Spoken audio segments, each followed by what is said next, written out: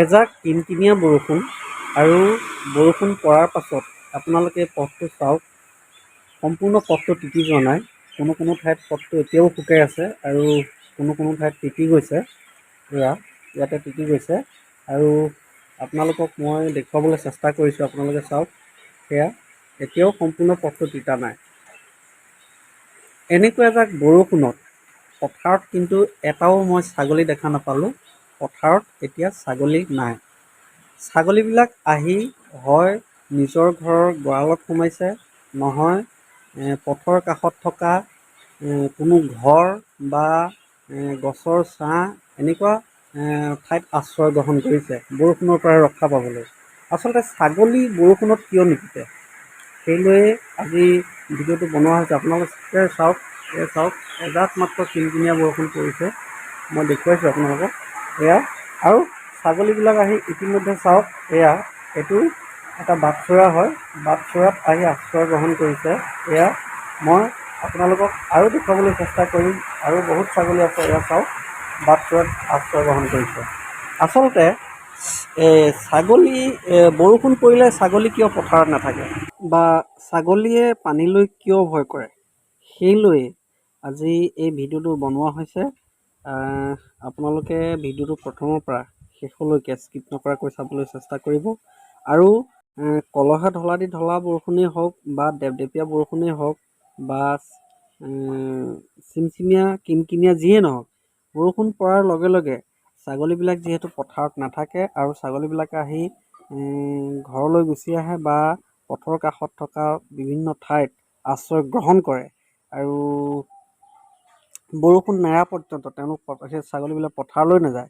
গতিকে এই সন্দৰ্ভত কোনে কি কয়, মই বিভিন্নজনৰ কাষলৈ যাম আৰু তেওঁলোকৰ পৰা মই এটা সঠিক উত্তৰ ল'বলৈ চেষ্টা কৰিম। গতিকে ভিডিঅ'টো আপোনালোকে প্ৰথমৰ পৰা শেষলৈকে স্কিপ নকৰাকৈ চাবলৈ চেষ্টা কৰিব।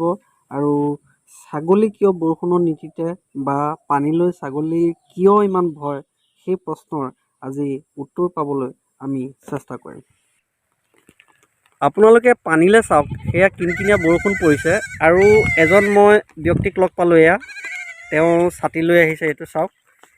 বৰ বেছি বৰষুণ পৰা নাই দাদা, এজাক মাত্ৰ কিনকিনীয়া বৰষুণ পৰিছে আৰু ছাগলীবিলাক পথাৰত নাই, গোটেই ঘৰলৈ দৌৰা দৌৰি কৰিছে। কিয় ছাগলীবিলাক বৰষুণত নিতিতে?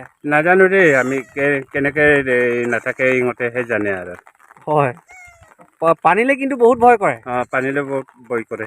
হয় হয় হয় হয়। আপুনি কোনফালে যাব? মই বৃঙাবাৰী যাওঁ। ঠিক আছে হ'ব। আপোনাৰ ওচৰলৈ আহিলোঁ। আপুনি যিহেতু গৰু ছাগলীৰ লগত লাগিয়ে থাকে, আপোনাৰ ঘৰত গৰু আছে, ছাগলীও আছে। মই এতিয়াও দেখিলোঁ আপোনাৰ গঁৰালত ছাগলী এটা সোমাই আছে। এই ছাগলীৰ এটা কথা হয়, যদি বৰষুণ পৰে, বৰষুণ পৰাৰ লগে লগে সিহঁতে পথাৰত নাথাকে, ঘৰলৈ গুচি আহে। বা ঘৰলৈ নাহিলেও মানে য'ত বৰষুণ নপৰে তেনেকুৱা ঠাইত ছাগলীবিলাকে আশ্ৰয় লয়। আৰু ক'ৰবাত যদি জান জুৰি পাৰ হ'বলগীয়া হয়, ছাগলীয়ে ভুলতো পাৰ নহয়, কিন্তু অত্যন্ত যদি পাৰ হ'ব লাগে, পাৰ নহ'লে নহয়, তেনেকুৱা পৰিস্থিতিত ছাগলীয়ে জঁপিয়াই মেলি হ'লেও যেনে তেনে পাৰ হৈ আহে। ইয়াৰ কাৰণটো কি আপুনি জানে নেকি? কাৰণটো জানো। কাৰণটো মানে ছাগলীয়ে বৰষুণ সহ্য কৰিব নোৱাৰে। অঁ, মানে পানী সহ্য কৰিবই ছাগলী নোৱাৰে। কাণত পানী সোমালে ছাগলী মৰি যায় বুলি এটা সম্ভাৱনা থাকে।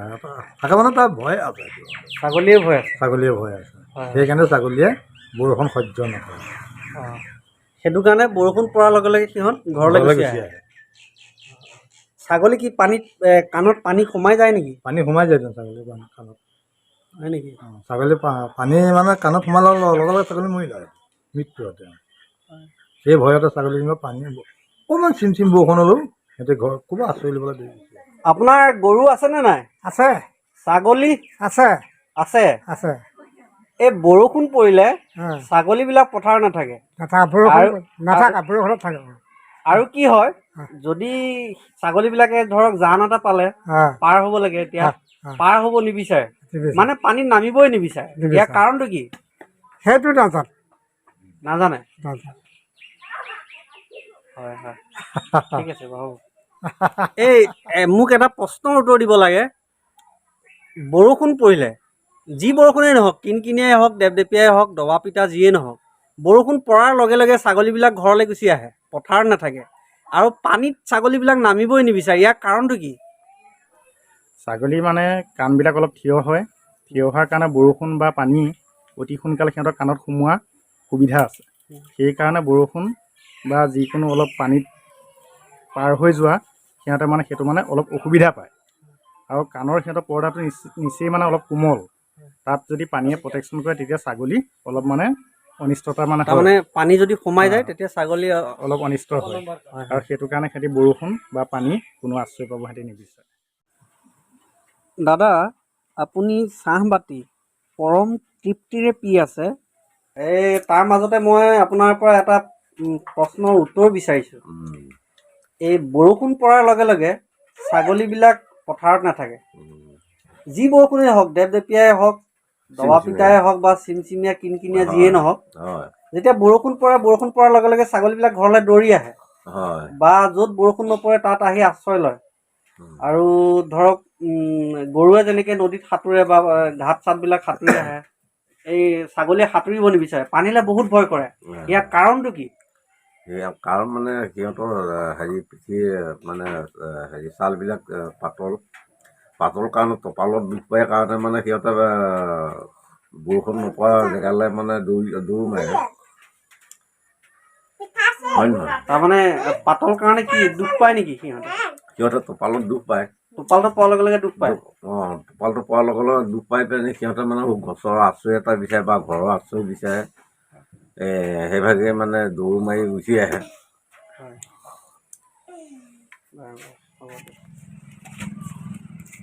কি বুলি ক'লি কথাষাৰ? আপুনি এইটো কি বনাবলৈ লৈছে? মই এইটো পোলাও বনাবলৈ লৈছোঁ। পোলাও বনাবনে? আপোনাৰ ওচৰলৈ আহিলোঁ মানে এটা প্ৰশ্ন লৈ আহিলোঁ। আজিতো কিনকিনীয়া বৰষুণ পৰিলে। বৰষুণ পৰাৰ লগে লগে মই পথাৰত দেখিলোঁ ছাগলীবিলাক নাই, ঘৰলৈ দৌৰি দৌৰি আহিলে। ইয়াৰ কাৰণটো কি? বৰষুণত কিয় ছাগলীবিলাকে তিতিবলৈ ভয় কৰে? ছাগলীয়ে তিতিবলৈ ভয় কৰে। কিয় কৰে? বৰষুণ দিছে। বৰষুণ দিছে। সহ্য কৰিব নোৱাৰে। বৰষুণ সহ্য কৰিব নোৱাৰে।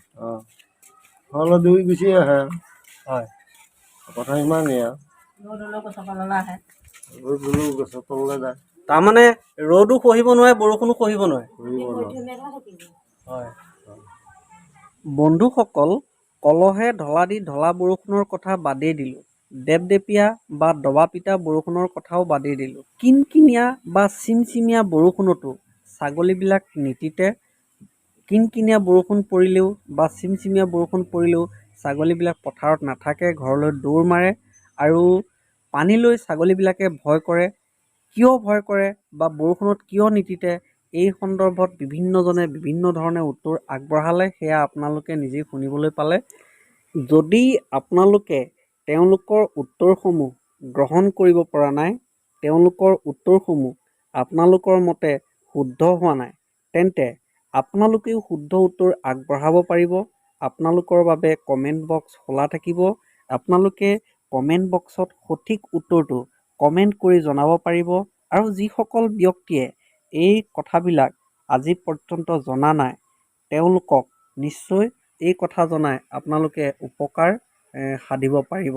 গতিকে মই আপোনালোকলৈ অনুৰোধ জনাইছোঁ, আপোনালোকে নিশ্চয়কৈ এই প্ৰশ্নকেইটাৰ উত্তৰ কমেণ্ট বক্সত জনাব।